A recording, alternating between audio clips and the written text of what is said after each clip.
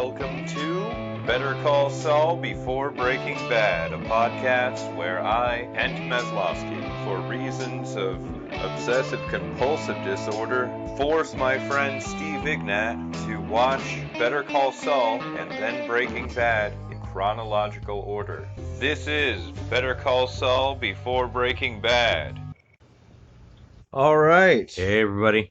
That was Better Call Saul, Season 2, Episode 7, Inflatable. Wow. Inflatable. Inflatable flailing arm whatever guy. I don't remember what the hell. How's that go? Inflatable, flailing tube man. Yeah. Yeah.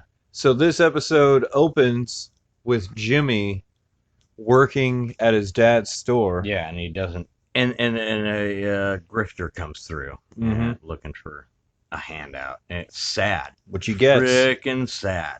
And the grifter imparts some knowledge to Jimmy before he leaves. Yeah. He says that you can either be a wolf or a sheep. Yeah. And then he splits. Sad. Didn't like it. But, hey, that's some things in life you don't like, right? True. Jimmy seemed pretty smart, pretty wise about things early on. As a child. And of course, first scene, opening scene, he's looking at a Playboy. Yep. And he's... puts it behind the boy's life. Right. Which is, like you do. Pretty savvy. I like how he knew about those, about the creeps. And he tried to tell his dad, and his dad wouldn't hear it. And too bad his dad didn't. What do you do? Yeah. So then you saw that he did embezzle some money, and most likely it was part of a big thing, that he just kept doing over time. Well, I don't think his dad probably recorded all the charity that he gave out either. Definitely not. So I would say you to figure that into the 14 grand or whatever. Right. But yeah, he decided, he was like, well, my dad's clearly a sheep. That's the decision that he's made. Yeah. So, I don't want that for myself. And so he became a con man. Like, it really comes back to this one guy that he met that kind of put him on that path. So, next scene was, Jimmy found out that Kim might leave her job. Right. So he decided that he was going to preemptively resign from Davis and Maine. I think he'd already been thinking about it.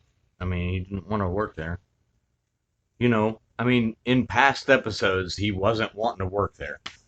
It was kind of a, you know what? I think blah, blah, blah. I'm going to pitch this offer to her, to Kim and see how that flies. But this episode, he drafted a resignation letter. Yeah. He hadn't done that until this episode. Right. Exactly.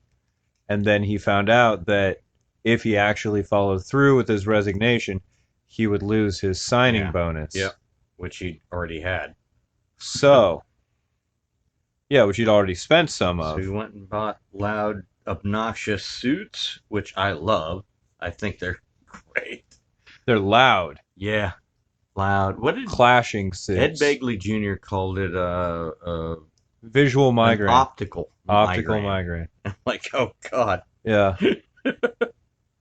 And so he goes about finding ways to make things generally uncomfortable for everyone around him. Yep. It's going to be annoying. To just ease his firing.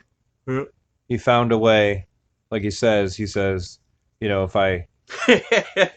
I fire you for cause, right, then, which I should have done when you made that commercial, then you will lose your bonus. But if I fire you just for generally being a jackass, then you're still good. You still get to have your bonus. Yeah. So congratulations. And he's like, what? What do you mean, sir? What? I don't know what you're talking about. So he buys the Coco Bolo desk, and we find out that they didn't just have one just downstairs. They bought him a desk, and the desk was $7,000.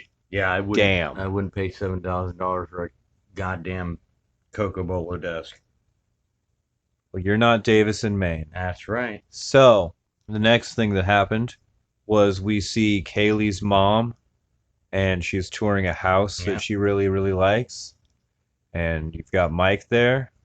And they're discussing whether or not, hey, it's got a playhouse out back. That's a bonus. Big ass playhouse. Yeah, it was. I would hang out in that playhouse for sure.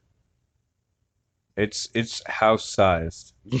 Just, yeah. It's way bigger than the place that Jimmy was living in the first It's season. probably a bigger playhouse than my living room. Easily. Your living room or the studio. Yeah, because we can't afford a studio yet. We're working on it, but Yeah, thanks again to everyone who's helped us so far. Now, back to the suits. The reason for the suits was he had to find a way to get himself fired. Yeah.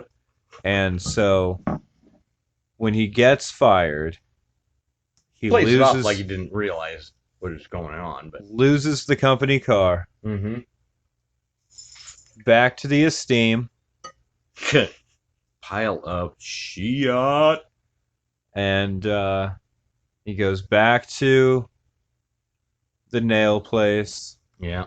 and he takes his new old desk and he replaces his old desk with it, and then he decides, he's like, well, I have nothing tethering me to anything, so now I will go to Kim and I will pitch her the idea of us working together. Yeah.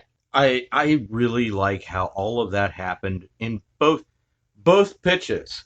He's like, I want you. And Kim says, you have me, just not as a partner. And I'm cool with that. And maybe he was a little crestfallen for that, but it wasn't killing him. This was when she was taking an interview with Schweigert and Coakley. Yeah. Sort of find out what they could do for her, and so they could sort of suss out who she was. Yeah. I like where it's going. And she calls Schweigert Howard. Yeah. Yeah, whoops. And I think that may have been the little kicker for her. You're like, oh, this really isn't. I mean, sometimes Freudian slip. Hey, maybe this isn't any different than what it might be. And he plays it off classily, but like you almost get the impression that like she could never work there now. Right. Like that little gaffe was enough to totally sink her opportunities at that place. I don't think so. I think they'll still want her, but it's a strike against her for sure. I don't think they deserve her. It's like well, I'm a dad with her. Yeah, you're in love with Kim, so nope, they don't deserve her. That's not shocking. Jimmy's a good man. Well, that's not true at all. Good for her. They're happy together. Fair enough. I like it. So ultimately, Kim comes back and she pitches Jimmy on the idea that they separately practice the law that they are going to practice, but under the same roof. I absolutely love that idea. I think it's great because it keeps them both out of each other's hair.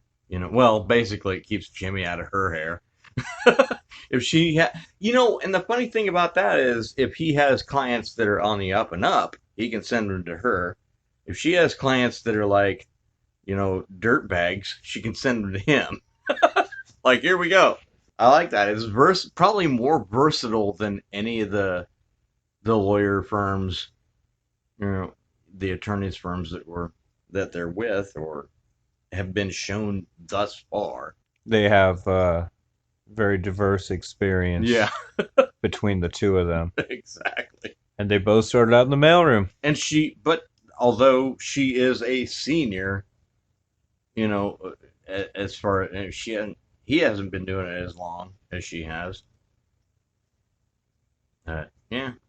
Or he hasn't been doing it as long as she has. Right. Did I say that right? Yeah.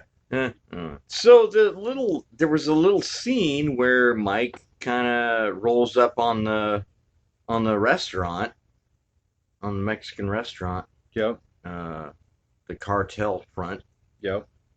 and that didn't look good. That was spooky. Kind of clock in the restaurant. Yeah, just casing the joint, and I'm like, ugh, this doesn't look good. But whatever he does, I guess. So yeah, what are your overall impressions of this episode? Again, I liked how a lot of things worked out, but this, 2 episodes of things working out well. The next episode's got to be chaos. Yeah. Gonna be complete chaos because you can't have 3 episodes of things going right. Can't have three That episodes. ain't where gonna things go happen. well. Like first, the rule of threes says you can't. No, says the Something's- next episode is gonna be all kinds of crazy.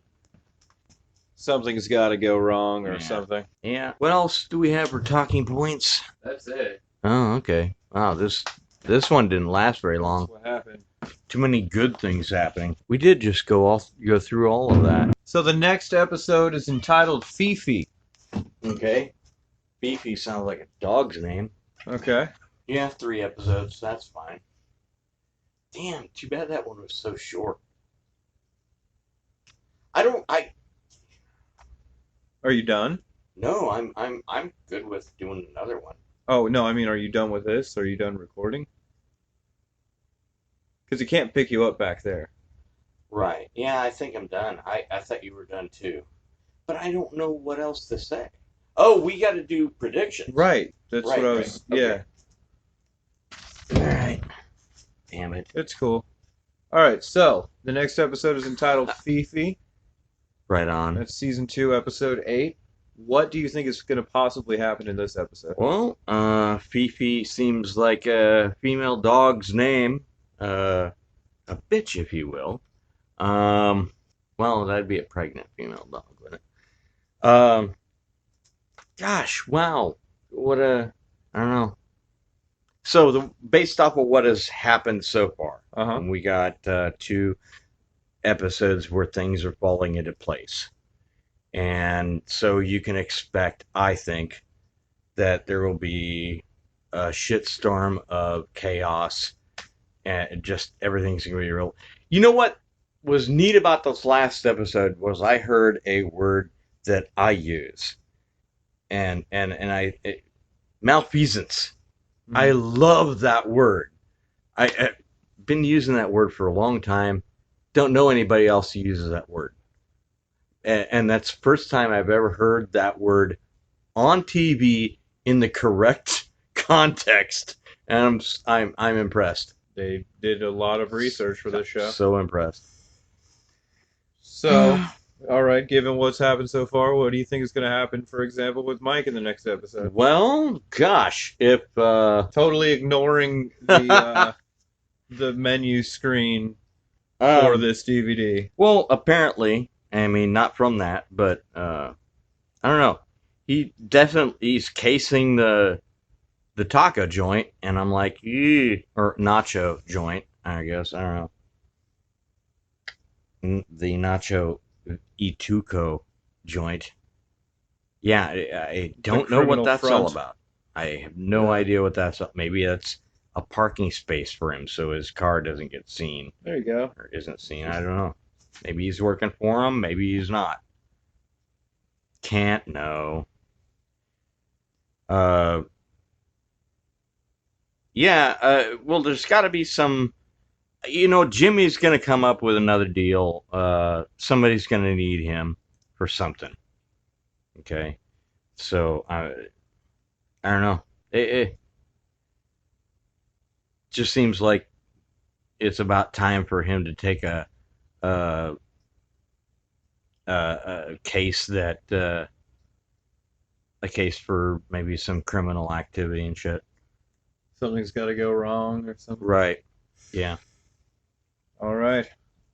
And gosh, we haven't seen Chuck for a while. Haven't seen Chuck for a second. Yeah.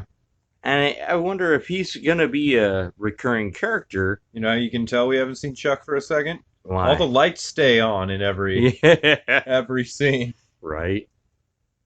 So yeah, I don't know that I should expect Chuck to show up, but something tells me he isn't going to go away very easily. I mean, I don't know. He's been his brother for, mostly Yeah, his whole life. exactly. That's true. I hadn't thought of that. Just because you divorce the firm doesn't mean you divorced your brother. Hmm. Yeah, I don't expect the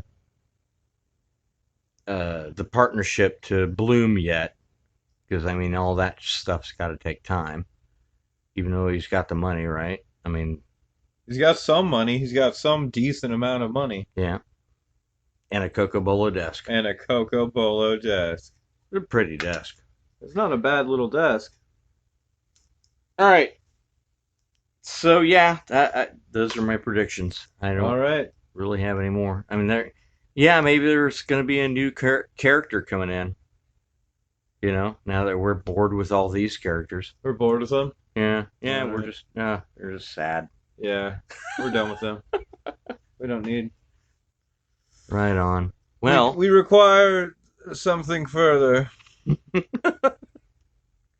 Well, guys, we will catch you after we check out this episode. Yep. Season 2, episode 8 of Better Call Saul, Fifi. this I believe will be a humdinger. Oh, he said it. Anyway. Yeah. Oh well, I'm old. I can say shit. Take it easy, guys. See you guys.